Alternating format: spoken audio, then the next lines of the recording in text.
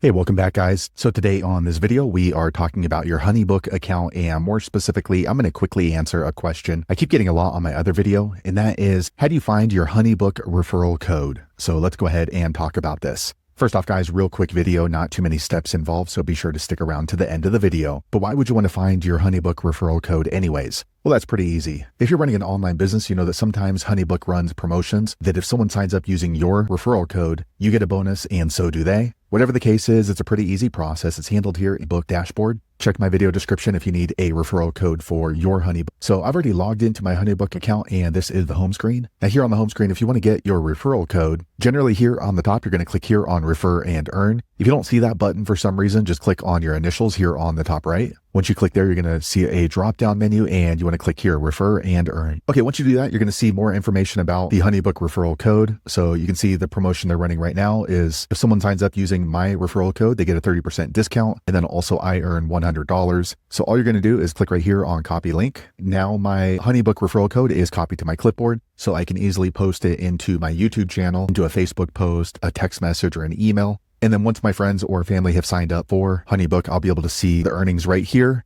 once they become a paid subscriber. So there you have it, guys. If you're wondering how to find your HoneyBook referral code, that's the easiest way I know how to do it. If you know an easier way, be sure to leave a comment below. Let the rest of us know how you did it. Hopefully you found that video useful. If so, click thumbs up, or maybe consider subscribing to my channel, and I hope to see you on the next video. Thanks again for watching.